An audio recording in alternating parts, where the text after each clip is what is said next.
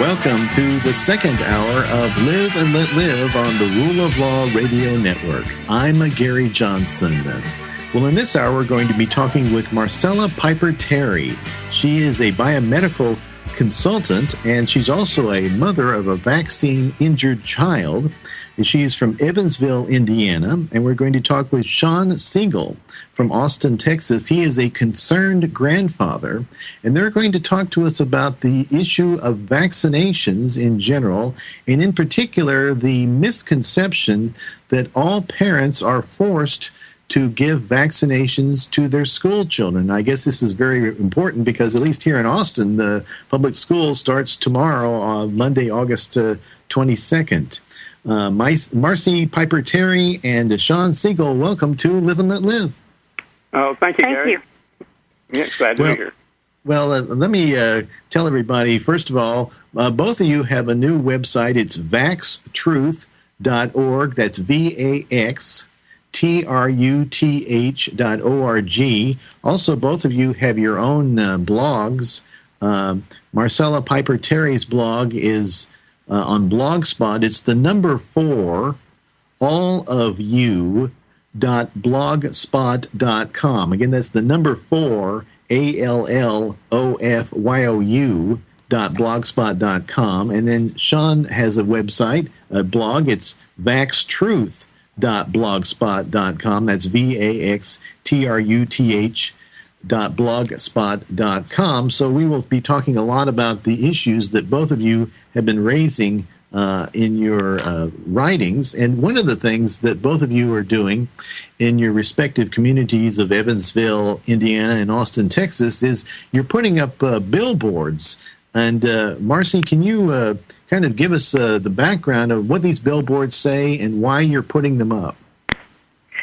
Well, the billboards, the message of the billboards is no shots, no school, not true. And it helps people to understand, we hope, that, it's important for them to know what the law is and to know their rights and to get the facts so that they are not making uninformed decisions about their children's health care. And this started, I live near Evansville, and the Evansville Courier and Press is our local newspaper. And there was a story on the front page of the newspaper on the 25th of July, and the story was called "Sticking to the Schedule." And in the story, as is common for newspapers around the country and for television shows as well, television news, it was very one-sided. It was very incorrect and absolutely failed to let parents know that they have the right to religious exemptions. In Indiana, we have religious and medical exemptions. We don't have philosophical exemptions yet, but that's a goal that we have. So I started out just by calling the newspaper and asking them to please run a backup story, to follow that up and let parents know that they do have the right to religious exemptions, and they're not hard to get. All you have to do is write it out, sign it, and hand it to the school nurse. And the Metro editor of the Evansville Courier and Press just absolutely refused to do any kind of a follow-up. I said, can you maybe do a story about a vaccine-injured child? I have one that almost died 3 hours after getting a DTaP 2 years ago. And he wasn't going to do that either. And he was very condescending. Told me that, I'm sure you believe that your child was injured by a vaccine, but the CDC says they're safe, and that's good enough for us. And I was like, you are making decisions as a parent. If you're making decisions as a parent for your own child, that's one thing, but you're not making decisions as a parent. At this point, you are the Metro editor of the only significant printed news source in Evansville, Indiana, which is a community of 150,000 people, surrounded by rural communities where in the tri-state in Indiana, Illinois, and Kentucky, and you're not giving people the truth about their rights, and that's just not okay. So from there, it kind of escalated. On the online article that was compatible with the print article that I saw, there was actually a video attached to the article of Vanderburgh County Health Department nurse named Kelly, and she was shown giving 8 different vaccines to a little boy, including the HPV vaccine, which I understand has just been, Rick Perry has just, quote-unquote, mandated it for schoolgirls in Texas. But at any rate, she was giving him the shots and telling him how smart his mother was, and then she joked that she was talking about how sometimes they have to chase him down the hall and they have to hold him down, and she said, but they all turn out just fine. And then she laughed and she said, "We haven't killed anyone yet, so I think we have a pretty good record." And I do want to clarify something here, Marcy. Yes. Rick Perry, the governor of Texas, tried to require this shot, but the legislature put a stop to it. But go ahead. Yeah. So at any rate, that really stuck in my craw, especially after what we went through with my daughter, just after getting a single one shot, which was 3 vaccines. And so when in my second conversation with Mr. Levitt, the Metro editor, I said, will the online comments be censored? You're not going to do anything, kind of follow up or anything, but will you allow us to comment? And he said there would be no censorship. That as long as people followed the rules of no profanity and no personal attacks, that comments would not be censored. And within a very short period of time, what I did is I kind of let it be known on my Facebook page how frustrated I was with the situation. And I have a lot of friends on Facebook who have who are parents of children who have been seriously injured and some who have died as a result of vaccine injuries. And so they started commenting on the online article. And it was just within a couple of hours that their comments started being pulled. And so then we went to the Facebook page of the Evansville Courier and Press, and we started commenting there, and within a very short period of time there, comments were being pulled, and people were being blocked from commenting.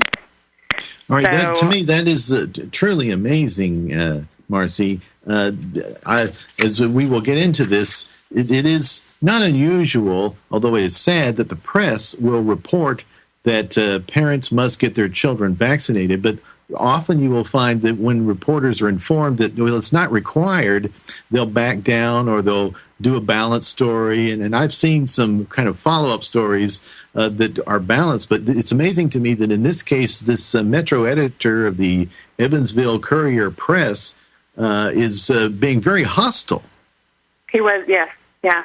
He was very adamant, and during I think it was our third or fourth conversation, when I called him back and I said, look, you told me that people would not be censored, that comments would not be censored, and I have looked at the comments, the ones that I saw, I certainly didn't see anything that was out of line with the Courier and Press rules for commenting. There was no vulgarity. These are parents of children who have serious injuries, and some of them who have children who have died, who are sharing their stories. They're taking time out of their day to share their stories in hopes that other parents will see them and that they'll at least start to think about, and do their own research. We're not telling anybody not to vaccinate. What we are telling people is to learn what your rights are and to learn what's in vaccines and decide for yourself and, with the help of your physician, but to decide whether this is something that is safe and whether this is something that makes sense for your child. Because, having a blanket kind of vaccination policy that is the same for 100% of the population just doesn't make sense. And especially when so many of these vaccines are, can cause serious injury for children who have underlying medical conditions, as my daughter did. So what eventually happened with the Evansville Courier and Press? I'm sorry, I didn't hear the first part. What eventually happened with the Evansville Courier and Press? Well, he hung up on me during the last conversation we had. He said, "I'm hanging up now," and he did. And so I was very frustrated, and I said, I don't know what to do. And I just finally, I was so frustrated, I just put on my Facebook page, I said, please pray for me because I don't know what to do. I need some kind of guidance here because I just can't let this go. This is just too important.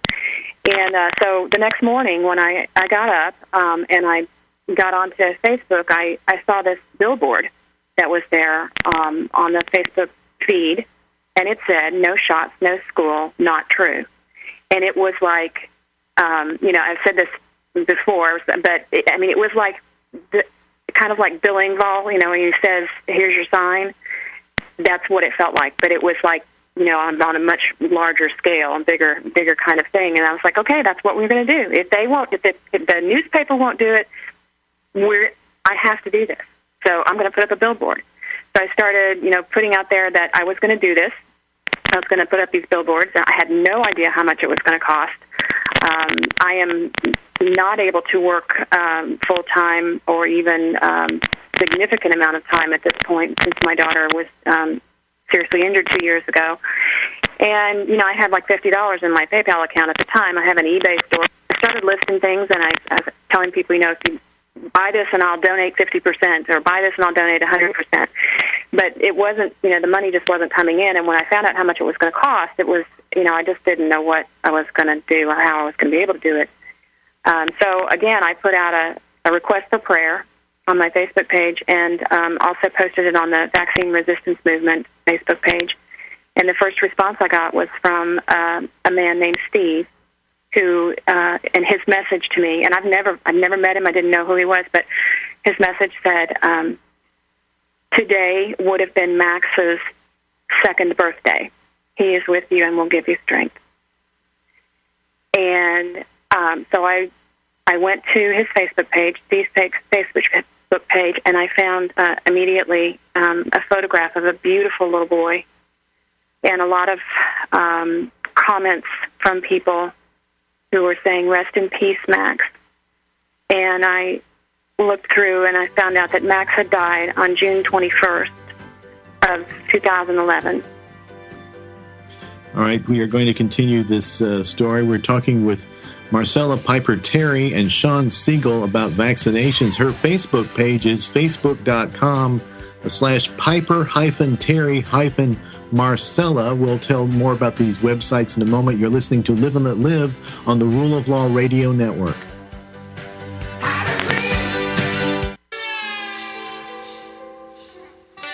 Welcome back to Live and Let Live on the Rule of Law Radio Network. I'm Gary Johnson. We are live on Sunday, August 21st, and if you'd like to call in, the number is 512-646-1984. We do have a caller on the line, and Susan from Colorado asked you to hang on for a little while, Susan, because I want Marcella Piper Terry to continue her story about how she got involved with this project to put up billboards around the country to tell people that they do not have to get their children vaccinated for school if they do not want to. We're talking with Marcella Piper Terry, a biomedical consultant from Evansville, Indiana, and Sean Siegel, a concerned grandfather from Austin, Texas.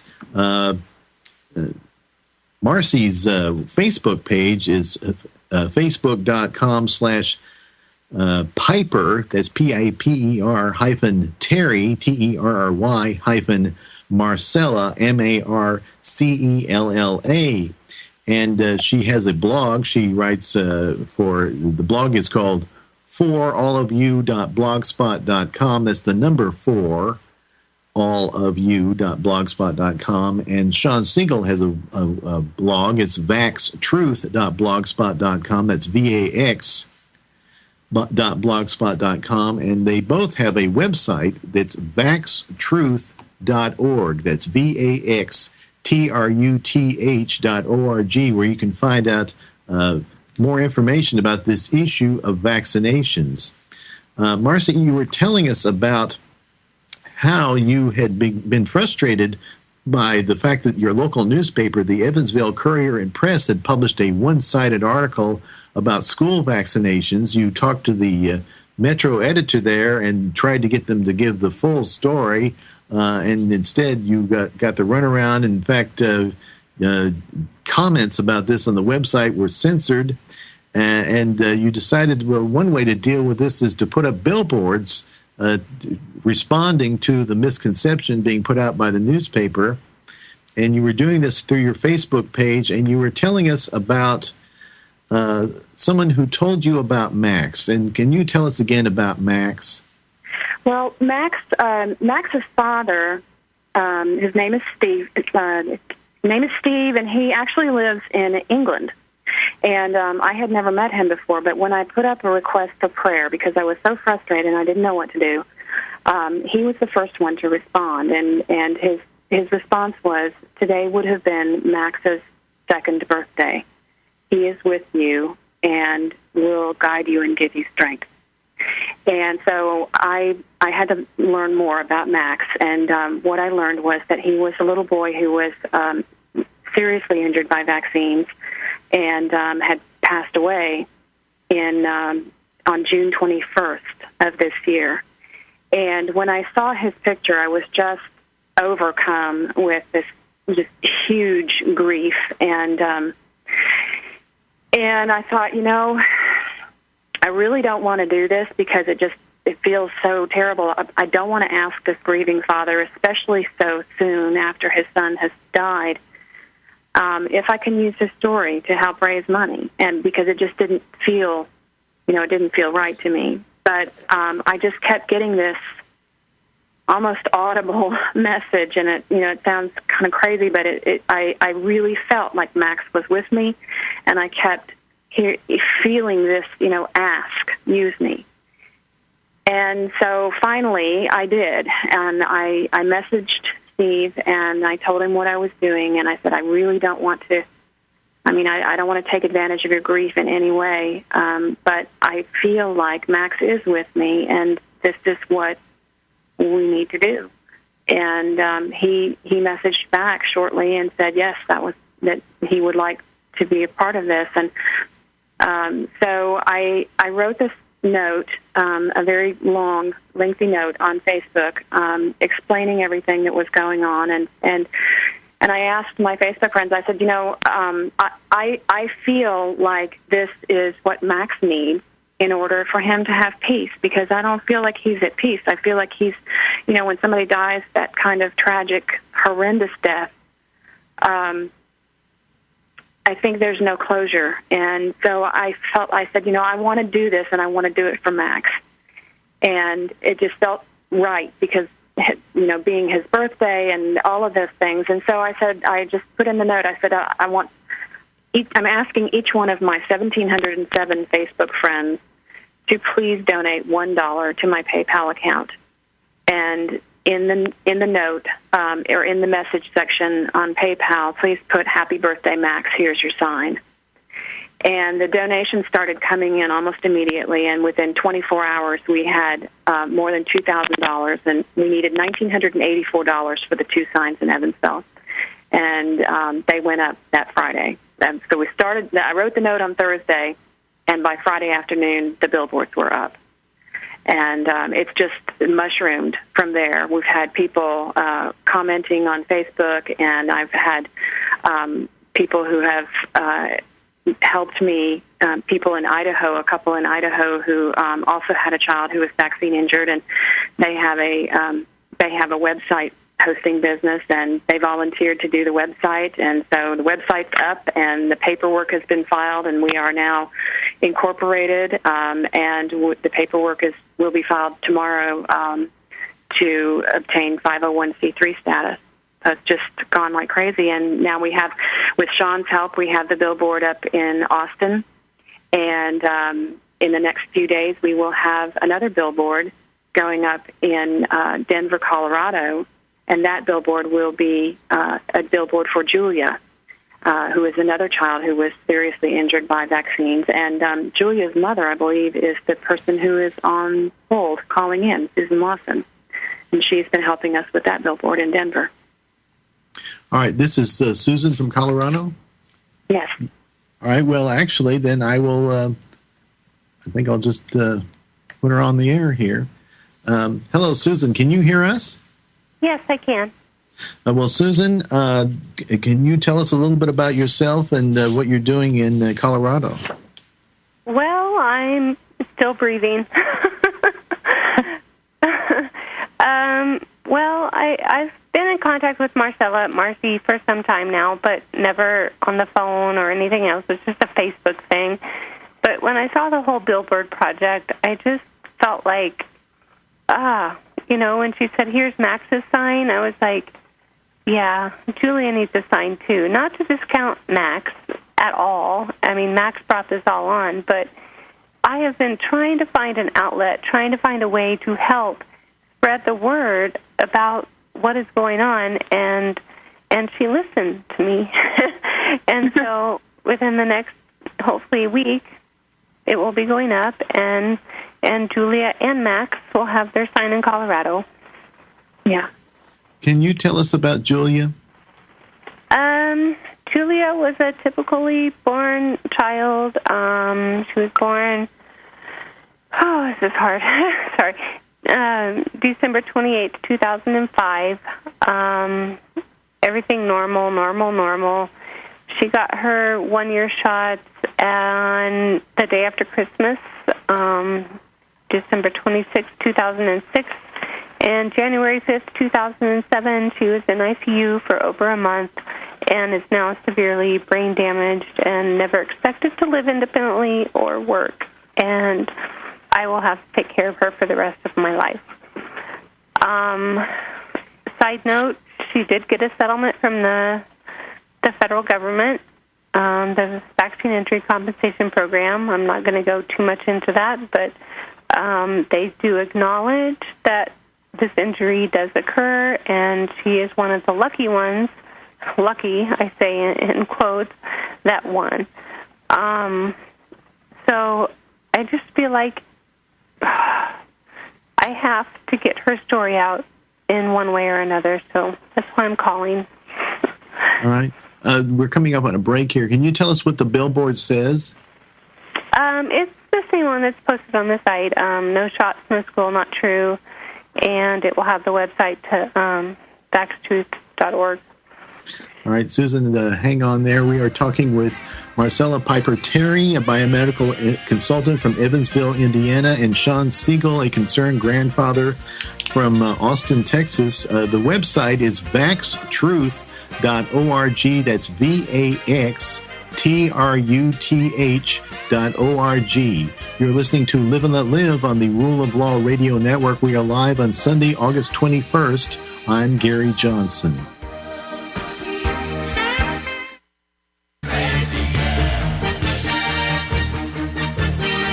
You are listening to Live and Let Live on the Rule of Law Radio Network. I'm Gary Johnson. We are talking with Marcella Piper Terry of Evansville, Indiana, and Sean Siegel of Austin, Texas, about the issue of vaccinations in general and the misconception that's known as no shots, no school. The idea that all parents must get their children vaccinated, and they are telling us about how they are putting up billboards around the country saying basically no shots, no school, not true. And on the phone we have Susan from Colorado who has put up a billboard with the same message in the Denver area, and in particular because of the experience with her own child, Julia, who got a vaccination, and then it was... I guess you could say things went very wrong. I wanted to ask you one more question about this, Susan. Uh-huh.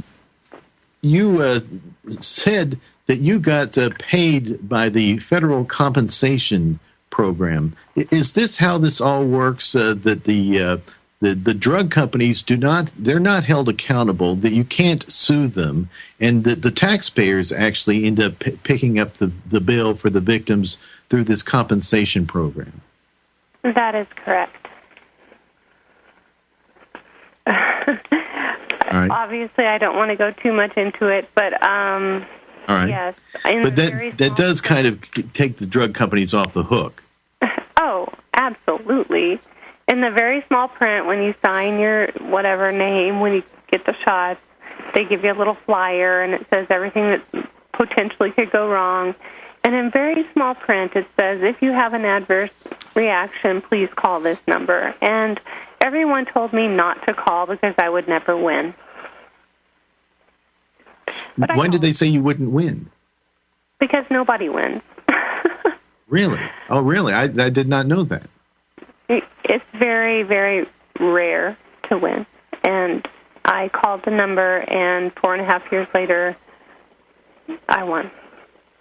Did you have to go to court? I had to go to a couple of hearings, but most of it was handled by the attorneys and the Department of Justice, and I actually didn't have a whole lot of say in the whole thing, but I did go to a couple of hearings.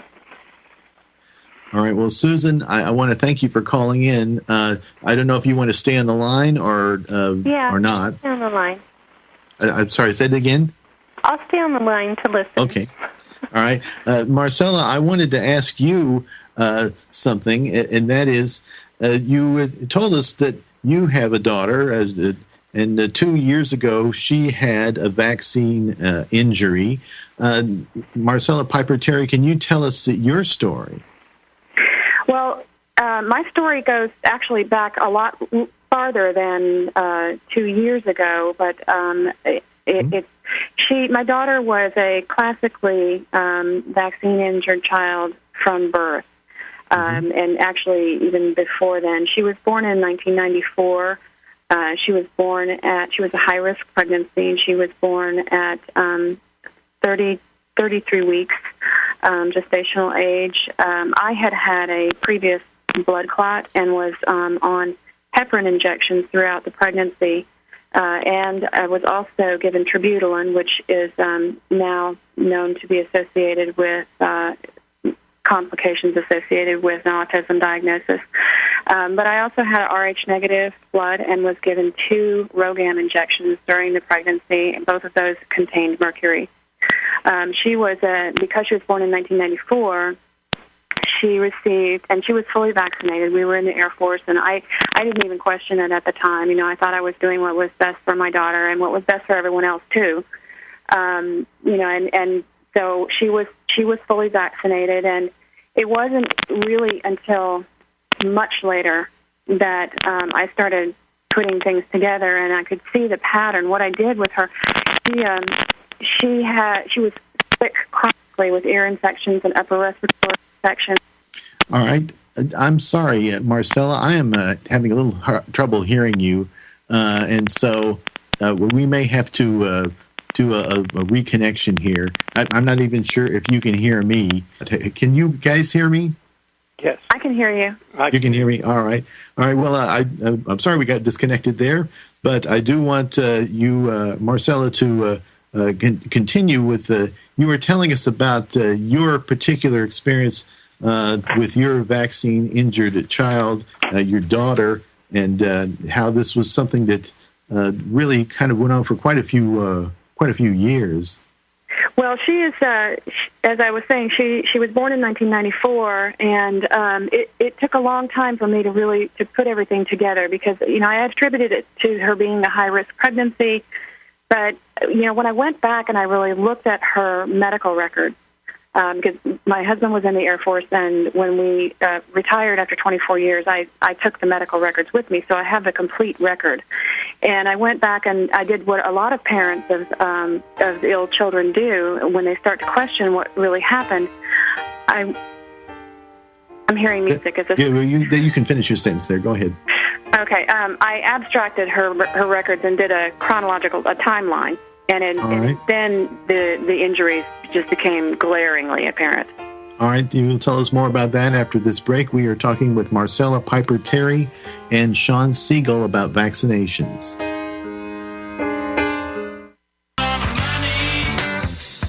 We now return to Live and Let Live on the Rule of Law Radio Network. I'm Gary Johnson. We are live on Sunday, August 21st. We are talking with Marcella Piper Terry, a biomedical consultant from Evansville, Indiana, and a mother of a vaccine-injured child. And we're talking with Sean Siegel. He is a concerned grandfather from Austin, Texas. We also have on the line Susan from Colorado. Susan, I never did catch your full name. That's okay. Okay, all right. Well, anyway, Marcella, you were telling us about your story about your child, and Right. we came up on a commercial break. Did you want to pick up where you left off? Sure. Well, by the time Rachel was in the third grade, well, when she was in the third grade, we moved to Indiana from Washington, D.C. area. And she just kept getting sicker and sicker and sicker. And what I know now that I didn't know then is that all of the vaccines that she got so simultaneously when she was an infant, and then again when she went into kindergarten, her immune system just was so fragile, and she kept getting these bacterial infections over and over and over again. Some children get viral infections, and some children get bacterial infections. There seem to be two different kinds of kids. There's viral kids and bacterial kids. Mine's a bacterial kid. So she kept getting all of these infections, and by the time she was in fifth grade, she was on 6 or 7 different prescription medications on a daily basis, and that's not counting the recurrent antibiotics and steroids that she was on for her chronic strep infections. And I finally, she started breaking out in hives every day for 5 months straight. And when she was 11 years old, I remember she was laying in her bed and she was just tears rolling down her cheeks and her face was all swollen, and she would get hives on the palms of her hands and the soles of her feet. And she just, these big tears, and she looked at me and she said, "Why does God hate me? Why doesn't he just let me die?" And I'd had enough, and I started researching. I was already working in a private practice as a psychotherapist and a biomedical consultant, and but I was working with adults. I was working with adults with chronic fatigue syndrome and fibromyalgia.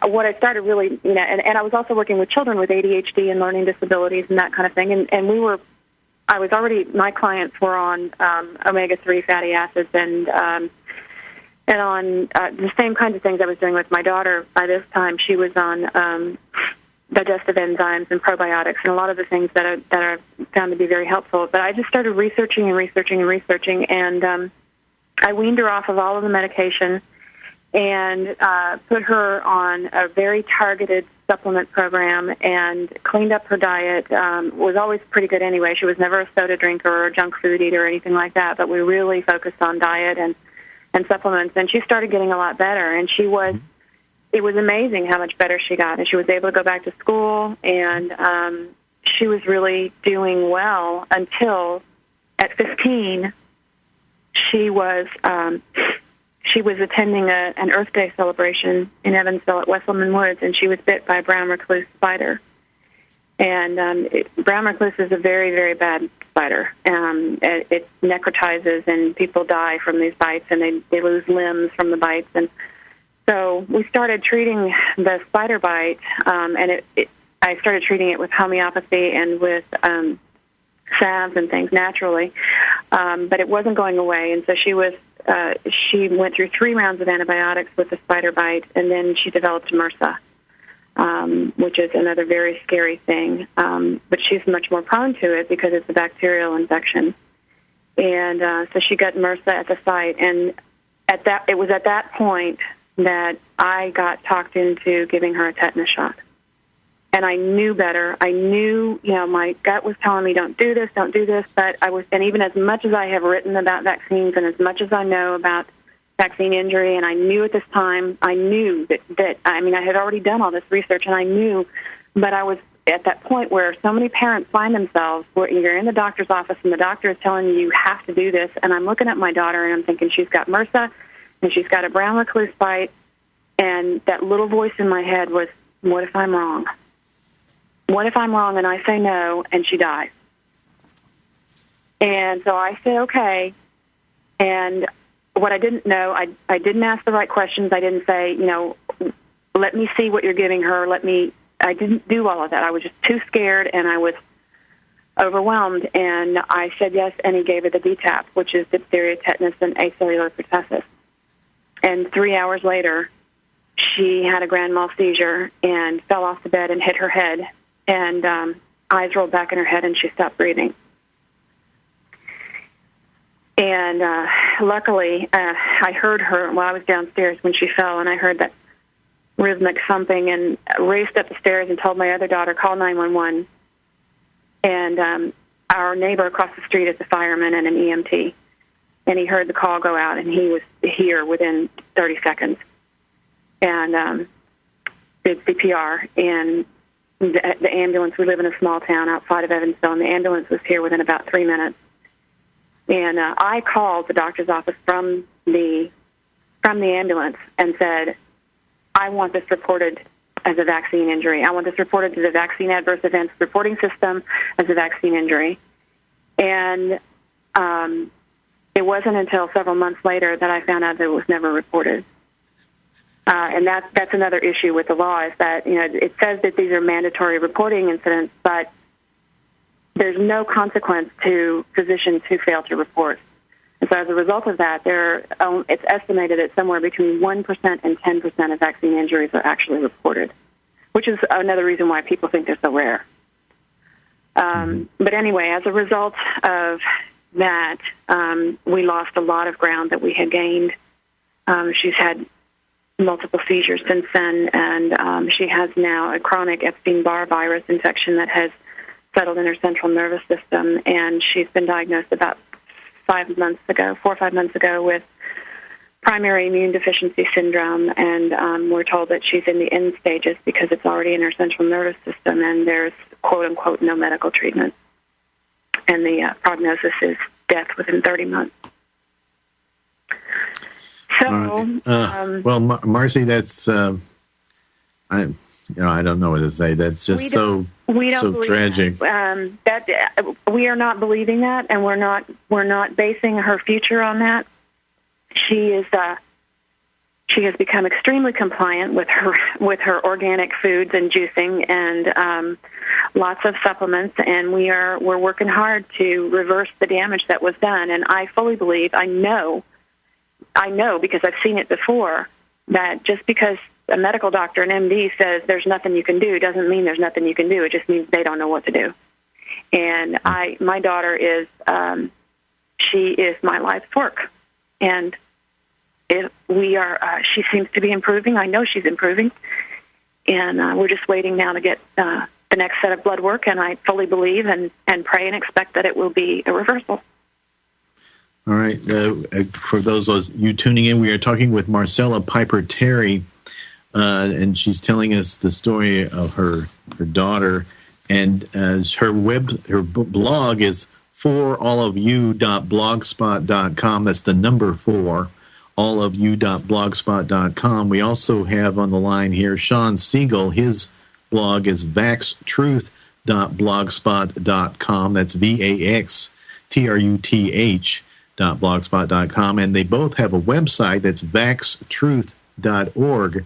We've got a little over 3 minutes left here, Sean. I wanted you to tell everybody what can people do about this. What can people do to be informed, and what can parents do to avoid these kinds of tragedies from happening to them? Well, the main thing they can do is make themselves aware of the vaccine exemption legislation in their own state. For instance, in Texas, of course, I'm in Austin, and by the way, the sign went back up today. It will run through Tuesday. The sign on the Austin Today billboard, and our sign says "No shots, no school, not true." You can opt out in Texas, and you certainly can. In Texas, we have a religious and a call it a philosophical exemption that are really married. They're the same. And on my blog spot, there are specific instructions as to how to obtain that exemption. And on all the other states, there are individual exemption requirements in the state. Typically, the religious exemptions in most states are relatively easy to get. About half the states, maybe slightly fewer, have the exemptions for reasons of conscience or philosophical exemptions. Those, as you would imagine, are even easier to get. Basically, if you don't want, for whatever reason, to get the shots for your child, you don't have to get them. There is also an excellent website called NVIC, National Vaccine Information Center, and they have information on all of the state legislation. That can be looked up as well. And I just want to make one point, is that when there's got to be a secondary point to telling folks that you need to be aware that it's not really mandatory to get the shots for school, and that's obviously there must be a reason that some people decide to refuse the shots. And I'll just expand for 1 minute on what Marcy already said. The Vaccine Adverse Event Reporting System has 500,000 adverse events reported. The Journal of the American Medical Association has estimated that only 1% ever get reported. Well, you do the math, and apparently there's probably somewhere between 25 to 50 million adverse vaccine reactions. And we're not talking about just a swelling at the injection site. We're talking about serious chronic illnesses and autoimmune disorders. So all parents, for the health of their children, need to research vaccines so that the decision they make vis-a-vis whether to vaccinate their child is well informed. All right, Sean Siegel from Austin, Texas, a concerned grandfather. Thank you for joining us here on Live and Let Live. And Marcella Piper Terry from Evansville, Indiana. And Susan from Colorado, thank you for being with us here on Live and Let Live. Again, you can go to vaxtruth.org. That's VAXTRUTH.org for more information about this. And you should be looking for these billboards in Austin, Evansville, and Denver that say no shots, no school, not true. This has been Live and Let Live on the Rule of Law Radio Network. This program was directed by Deborah Stevens. I'm Gary Johnson. Good night.